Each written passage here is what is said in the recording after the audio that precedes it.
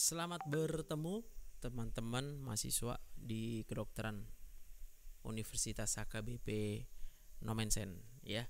Hari ini kita mau belajar tentang penyakit-penyakit pada katup jantung.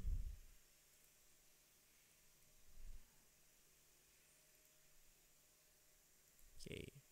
Jadi penyakit-penyakit pada katup jantung itu ya merupakan sekelompok kelainan yang kemudian akan mengganggu atau merusak katup jantung. Gangguan pada katup jantung itu bisa karena didapat ataupun bisa karena kongenital, dengan manifestasinya bisa berupa penyempitan atau stenosis atau juga insufisiensi atau regurgitasi daripada katupnya. Penderita katup jantung ya, bunda salah saya. Oke, dengerin ya berarti ya. Gangguan-gangguan yang sifatnya didapat itu biasanya ditemukan pada jantung yang bagian kiri ya, dan paling sering merupakan suatu valvular heart disease dan sering disebabkan sekunder oleh karena adanya infeksi ya. Jadi ada infeksi yaitu proses post inflamasi, kemudian bisa juga karena proses degeneratif ataupun karena adanya penyakit jantung yang mendasarinya. Tipe-tipe dari penyakit katup jantung ini kemudian akan menentukan tekanan yang dialami oleh jantung dan kemudian akan menentukan gejala apa yang timbul pada pasien ya. Stenosis atau penyempitan pada katup jantung itu akan menyebabkan peningkatan beban isi ya, pressure load ya, dan juga pembesaran yang sifatnya konsentrik, hipertrofi yang konsentrik ya. Sementara kalau dia disebabkan oleh insufisiensi atau regurgitasi pada katup jantung, yaitu katup jantung yang longgar, itu ciri-cirinya ditandai dengan kelebihan volume, beban volume yang berlebihan, dan juga hipertrofi yang eksentrik ya. Nah, ini kita lihat gambaran yang concentric hypertrophy, yaitu suatu kondisi perubahan pada jantung yang disebabkan oleh beban jantung yang berlebihan, beban tekanan jantung yang berlebihan, atau pada kasus kardiomiopati hipertrofik itu disebabkan oleh mutasi gen ya, yang menyebabkan peningkatan ketebalan ventricle, dinding ventricle kiri, dan terbentuknya sarkomer baru yang duplikat dalam susunan paralel ya. Ini gambarnya.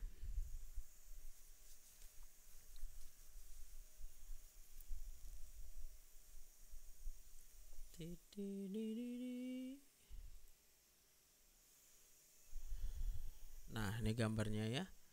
Jadi kita lihat di sini jantungnya itu menebal semua.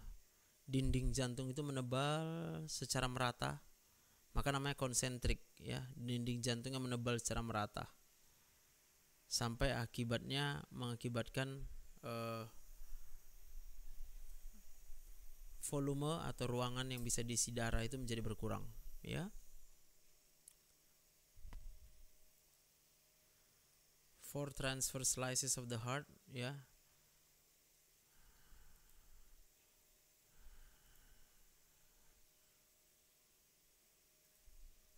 Oke.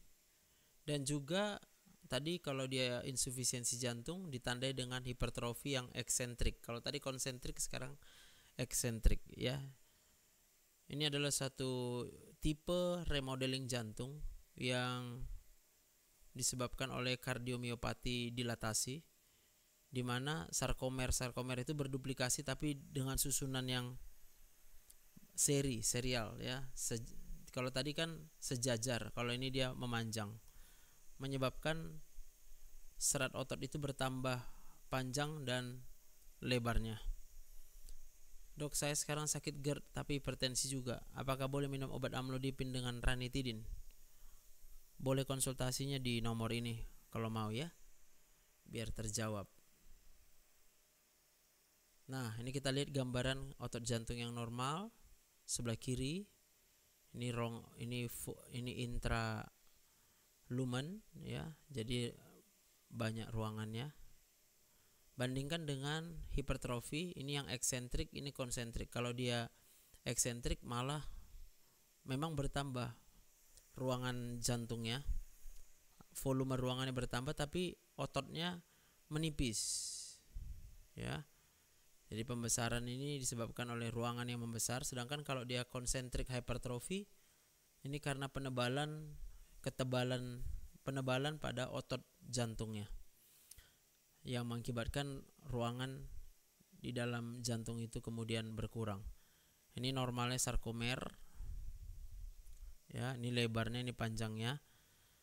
Sementara kalau dia terjadi duplikasi dalam susunan yang serial, memanjang dia. Beda dengan yang konsentrik, susunan yang bertambah dari sarkomer itu adalah dengan sejajar ya. Gitu. Prosedur diagnostiknya EKG, kemudian ronsen toraks dada, kemudian dengan USG jantung atau EKG, echocardiograms, USG jantung ya. Dan bagaimana penata laksanaannya? Terdiri dari pemberian obat-obatan untuk gejala ya, medical therapy for symptoms. Dan kita tahu gejala yang ditimbulkan itu adalah pasti gejala yang disebabkan oleh gagal jantung. Dan juga bisa dilakukan prosedur intervensi ataupun prosedur pembedahan untuk melakukan rekonstruksi dan mengganti katup yang sudah rusak.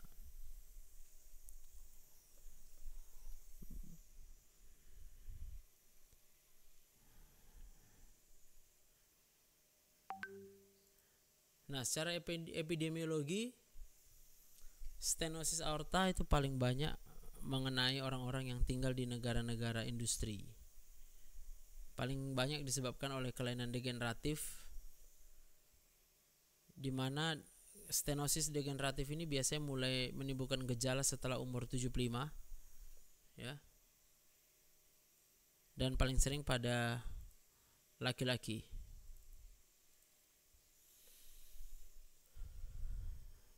Stenosis aorta ya, ini tadi stenosis aorta ya, kita bicara stenosis aorta.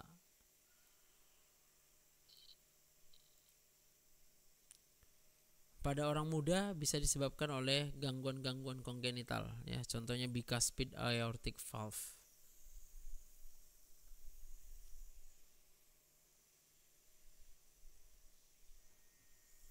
Iya.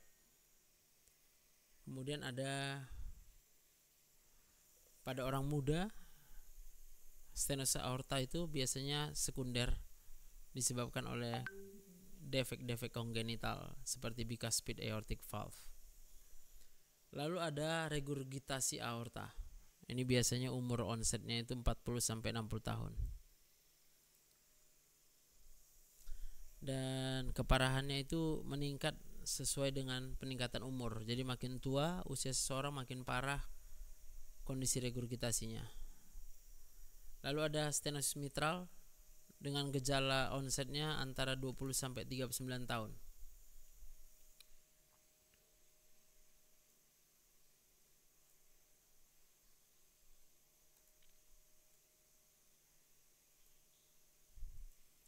Kemudian regurgitasi mitral, prevalensinya secara umum 0,6 sampai 2,4%. Ini penyebab gangguan atau kelainan katup nomor 2 paling sering dan paling utama dijumpai pada perempuan. Lalu ada defek atau kelainan pada katup tricuspidalis, sangat sedikit ya, kurang dari 1% dari populasi. Kemudian ada defek pada katup pulmonar, ini jarang rare outside of congenital conditions. Gitu ya. Nah, untuk etiologinya tuh penyebabnya gangguan katup ini bisa karena didapat ataupun bisa karena kongenital.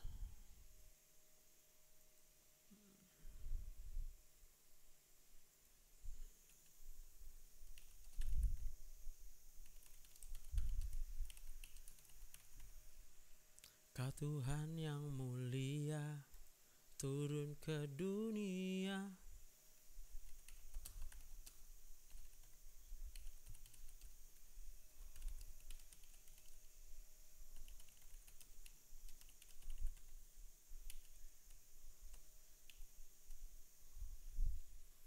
Jika ku akui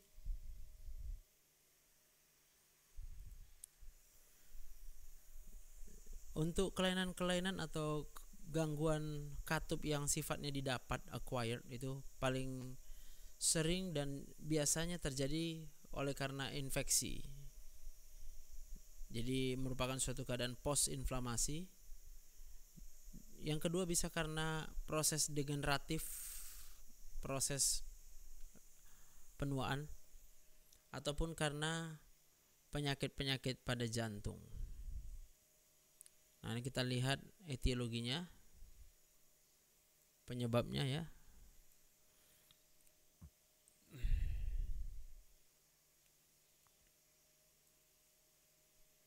Jadi kita bagi dua. Yang pertama ada yang stenosis dan yang kedua ada regurgitasi. Untuk yang stenosis satu persatu ya, kita lihat dulu yang stenosis. Yang pertama stenosis pada katup mitral. Ini paling sering karena demam rematik ataupun rheumatic disease seperti lupus ataupun rheumatic arthritis.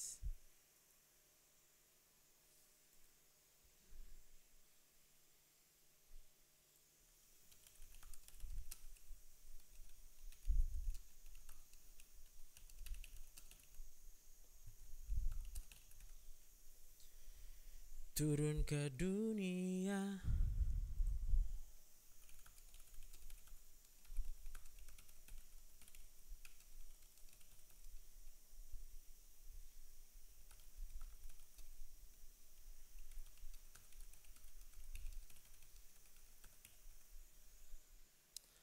Semua dosaku karena kau adalah setia dan adil, kau kan mengampuni dan sucikan dari segala yang jahat. Lalu yang kedua, ini tadi pada jantung kiri ada mitral dan kemudian kita lihat pada katup aorta. Katup aorta paling sering penyebab stenosisnya itu adalah kalsifikasi degeneratif, ya, yang dipengaruhi oleh usia. Kemudian bisa karena infeksi pada endokardium,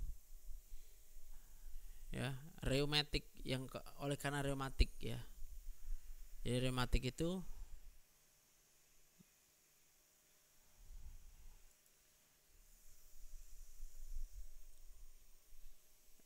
inflamasi itu ditandai dengan peradangan pada lapisan dalam ya. Lapisan bagian dalam, inner lining of the heart ya, dan valves yaitu endokardium. Biasanya disebabkan infeksi ya oleh karena mikroorganisme yang menyebar secara hematogen dari sumber yang jauh.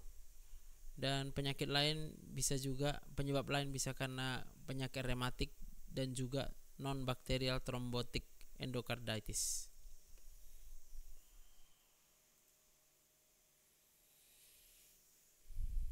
Ini kita lihat gambar katup ya, ini katup mitral.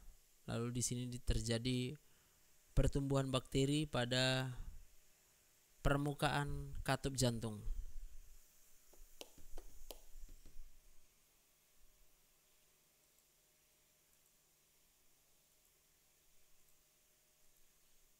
Ini gambaran mata pada orang yang terdapat kemerahan yang multiple, lesi yang di tengahnya berwarna putih. Ini menggambarkan terjadinya perdarahan pada retina dan terjadinya akumulasi leukosit ataupun fibrin trombosit emboli ya di bagian tengah.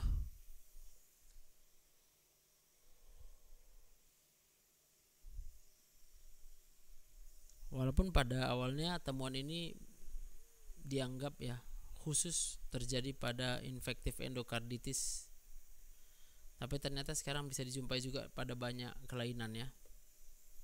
Misalnya karena hipertensi, karena diabetes, ataupun karena retinopati yang terkait HIV, leukemia maupun perdarahan intrakranial ya.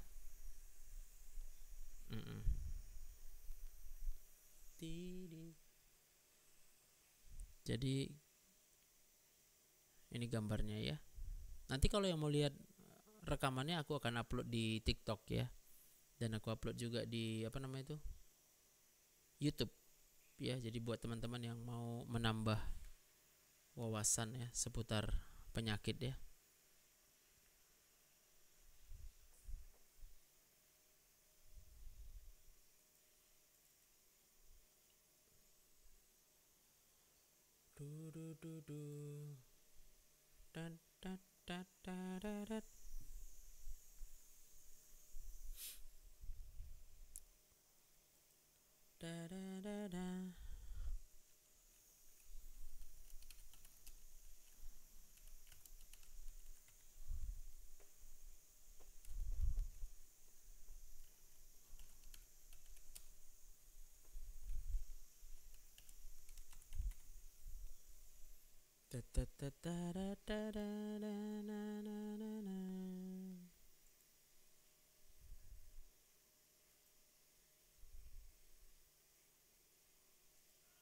Oke.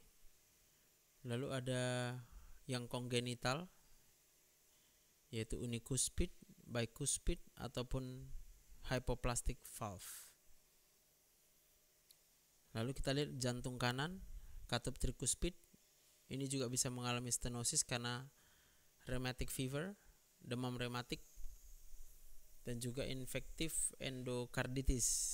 Paling banyak pada orang-orang yang menggunakan obat-obatan intravena. Lalu ada stenosis pada katup pulmonal ya. Ini bisa kongenital ataupun karena carcinoid syndrome, yaitu suatu kondisi paraneoplastik yang disebabkan oleh sekresi intermittent serotonin dan juga substansi vasoaktif lainnya seperti kallikrein dan histamin oleh tumor neuroendokrin. Paling sering berhubungan dengan metastatic neuroendocrine tumors pada gastrointestinal tract. Gambarannya termasuk bisa diare, kulitnya flushing dan juga wheezing ya.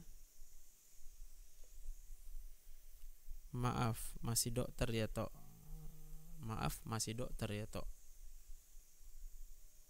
Maksudnya kayak mana ini? Mona Liski. Nah ini ya, ini lagi nyusun bahan kuliah ini. Tapi kalau mau konsultasi silakan tanya apa-apa. Nah ini kita lihat ya, carcinoid syndrome ya. Kalau yang warna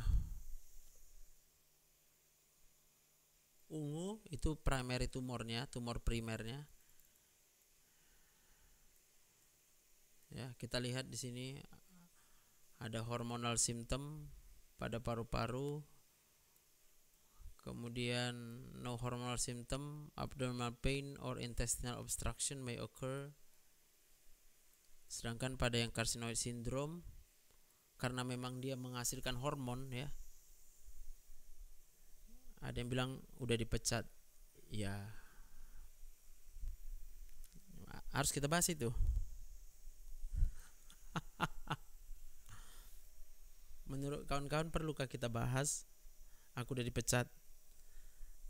Karena nanti kalau kita bahas, kalau terbukti aku nggak dipecat, pencemaran nama baik, ya kan? Kalau orang di luar sana mau bilang apapun sama aku, nggak bisa kularang, karena dia punya mulut. Tapi setiap kita pasti akan mempertanggungjawabkan perkataan kita. Setiap fitnahan, setiap tuduhan yang dilontarkan terhadap saya itu akan harus dipertanggungjawabkan, ya kan? Jadi ya gitu ya. Kayak mana caranya aku dipecat? Gak masuk rekaman itu ke bahan ngajar dokter. Masuklah jadinya. Ya itu risikonya. Padahal aku lagi bagus buat bahan kuliah, tapi ya haruslah masuk, gak apa-apa. Masih ada chatnya. Ya pasti masih ada chatnya. Cuma dia pakai nama-nama palsu. Dia pakai akun palsu, fake. Gitu Kak Mona Laski. Dia pakai akun palsu, lalu dia menyebarkan semua chat-chat itu, ya. Shalom, bergabung Inang Bunga. Kak Romi, selamat sore ya. Ya tapi mungkin biar ada yang kita bicarakan, ya it's okay lah. Kita harus banyak belajar memang dalam hidup ini. Semakin tinggi kita berada dalam hidup ini, pasti akan semakin banyak orang berusaha menurunkan kita. Normal, kalau orang berusaha menurunkan kita normal, karena semua orang berusaha mau naik ke atas. Orang yang mau naik ke atas, maka dia harus menarik orang yang di atasnya. Kalau dia nggak ingat ada Tuhan. Tapi kalau orang yang ingat Tuhan, dia tidak akan menarik tangan kawannya, tapi yang dia pegang tangan Tuhan. Karena kalau tangan Tuhan yang menarik dia ke atas, 1000 tangan manusia yang berusaha menjatuhkan dia tidak akan pernah terjatuh. Jadi kalaupun hari-hari ini aku banyak menerima seperti ini, ya udah, it's okay. Saya berpikir netizen menjadi netizen yang bijaksana, netizen yang baik hati, netizen yang hatinya tulus, netizen yang care dengan orang lain, netizen yang ya pedulilah gitu. Kalau misalnya Dr. Joseph digitukan, kalau memang kita senang Dr. Joseph digitukan, ya lanjutlah. Tapi kalau kita rasa kayaknya nggak adil buat Dr. Joseph diperlakukan seperti itu, silakan. Anda mau lakukan apa sama orang yang memfitnah itu, silakan ya. Alamatku Kak Dona di Jalan Pinus 1, masuk dari Jalan Cemara Krakatau ya. Ya, alangkah baiknya memang kalau mau ke atas jangan menurunkan teman, tapi orang yang nggak kenal Tuhan, dia akan menarik orang lain yang di atas. Benar ya? Aku kalau nggak ingat Tuhan, kalau aku mau naik ke atas, pasti tangan orang yang di atas ku tarik.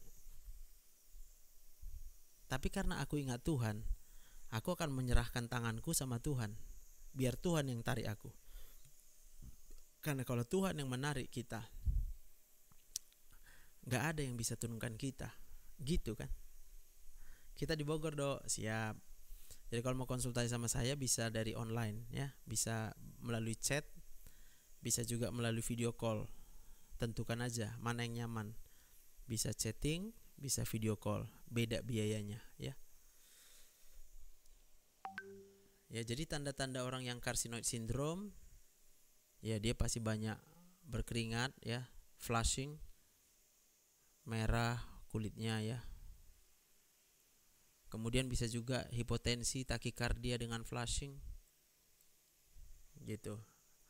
Sering dengan perutnya kram, bisa dengan mencret ya. Ini gambaran orang yang carcinoid heart disease ya. Jadi gangguan karena terjadinya ketidakseimbangan hormon ya. Itu dia carcinoid syndrome. Nanti mungkin satu waktu akan kita lebih dalami lagi ya. Tapi jangan sampai dok, biarlah Tuhan yang berkarya dalam hidup kita. Amin.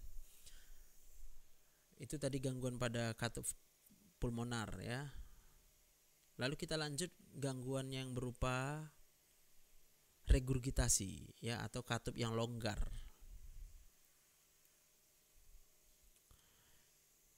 Pada katup mitral, maka kita bisa jumpai kelainan berupa prolaps katup mitral, ya, bisa juga disebabkan oleh dilated cardiomyopathy, bisa karena ischemic heart disease, ya, contohnya pada pasien yang mengalami myocard infarct.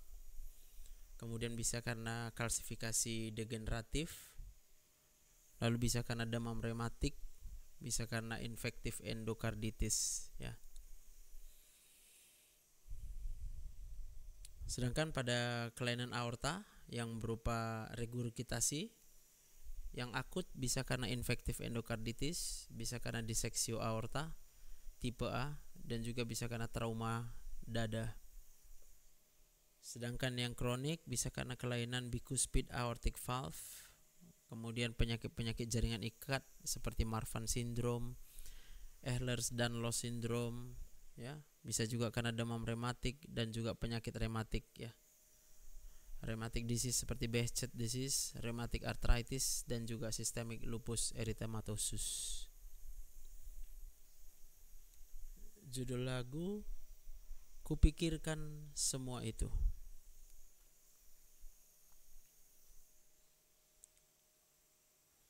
Lalu kelainan pada katup trikuspid, ya, bisa terjadi pada keadaan dilatasi ventrikel kanan. Contohnya pada kondisi gagal jantung kanan, ya, dan juga karena overload tekanan pada ventrikel kanan.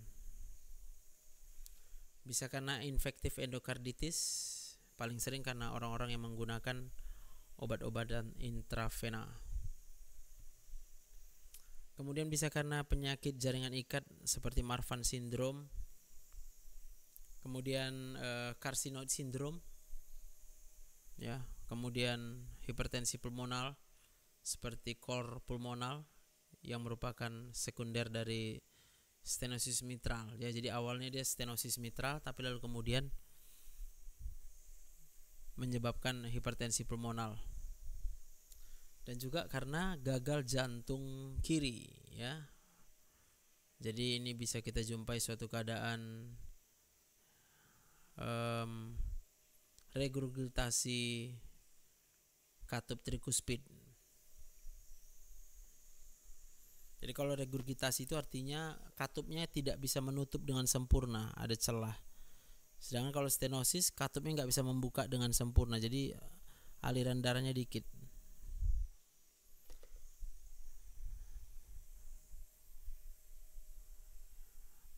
Tergantung jahitannya, ya, Kak Meliana.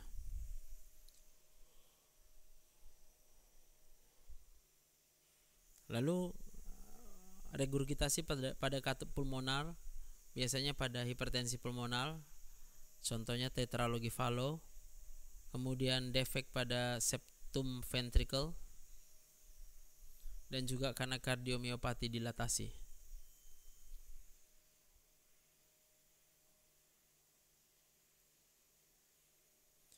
Itu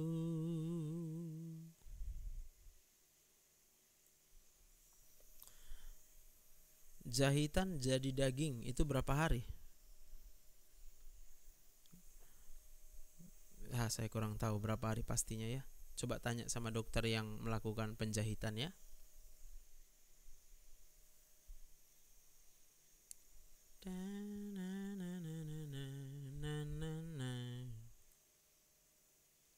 Untuk gambaran klinis dari kelainan katup jantung, ya. Jadi seluruh gangguan-gangguan pada katup jantung pada akhirnya, ya, akan menyebabkan atau menimbulkan gejala-gejala gagal jantung, ya, oleh karena beban kerja yang berlebihan pada ventrikel. Beban kerja yang berlebihan pada ventrikel, ya. Ya, sama seperti kita juga, ya.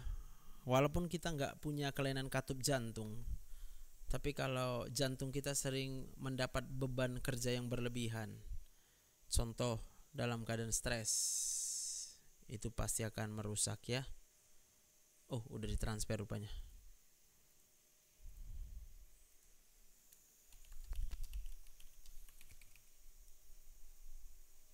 Jadi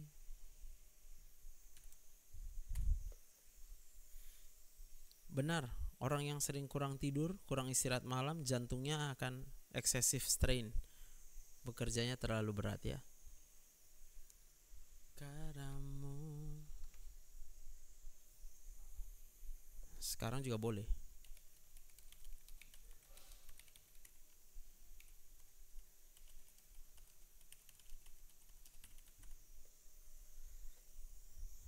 Hasrita Sinaga, obat sariawan ya.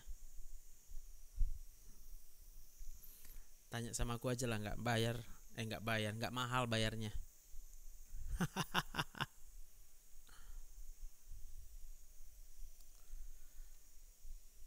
Kan perkara hebat di luar pikiran.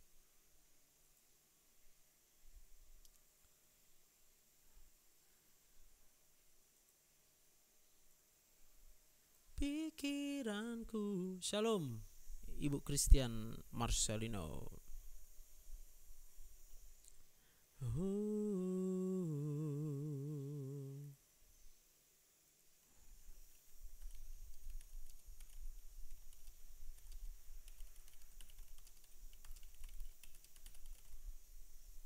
Nah, vertigo sempoyongan betaistin habis masih pusing, perlu diperiksa lagi.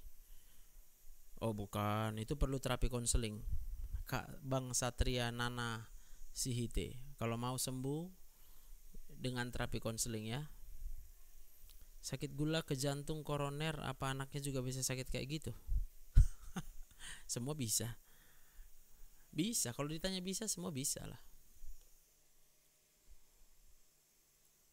Oke, jadi biar saya tutup dulu ya live-nya ya. Kan udah ada yang transfer, saya akan close selama 30 menit. Nanti 30 menit ke depan saya akan live lagi. Oke? Buat yang mau daftar konsultasi di nomor ini, mau obat juga di nomor ini langsung ya. Terapi konseling ke Dr. Joseph di sini. Nomornya di sini. Oke? Sabar ya, nanti saya akan kembali lagi. Amin.